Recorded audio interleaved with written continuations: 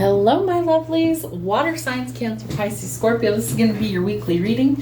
So over the summer, things are going to look a little different just for the summer because I got a lot of things going on behind the scenes. So you're going to have a daily card Monday through Friday, and you're going to have a weekly message usually on Mondays.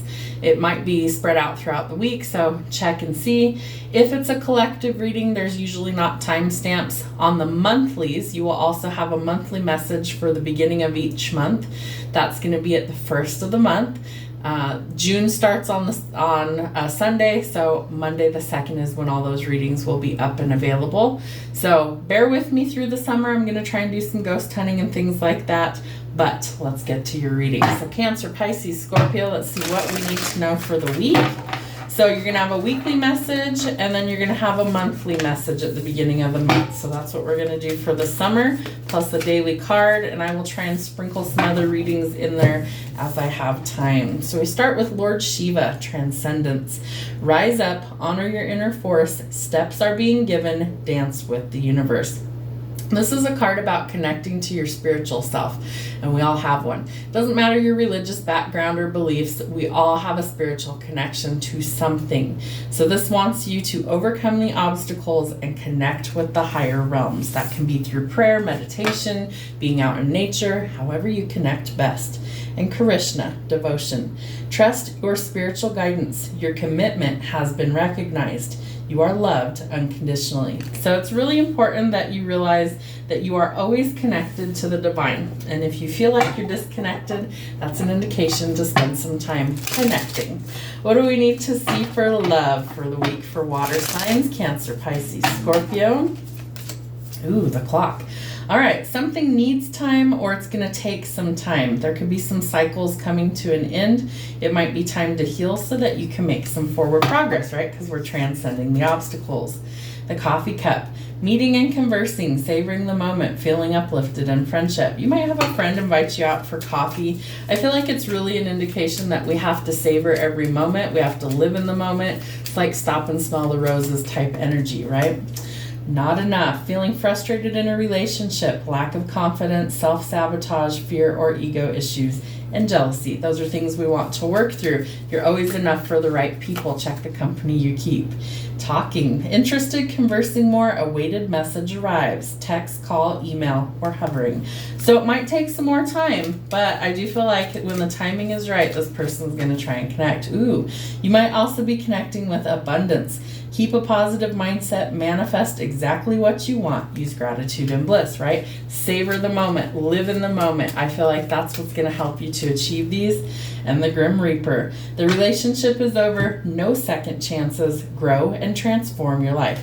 Something's coming to an end where you felt like you were inadequate, you felt like you weren't enough, jealousy, ego issues. That's coming to an end, and I feel like you're going to meet somebody new in its place. All right, what signs? Yep, you're about to cross the finish line, ending a very hard cycle, completion, lessons learned, gaining the insight, right? You're transcending the obstacles because you see it for what it is. And the compass, you're going to find your way. Are you lost? Are you lost? I feel like sometimes we get lost in our own neighborhoods. I definitely do. So the compass is going to help you to find your way. There could be some really exciting times ahead. So it could happen very quick and sudden, like lightning. And karma. What goes around comes back around. We want it to be positive. All right, Spirit, 12 cards for the week for Cancer, Pisces, Scorpio, please.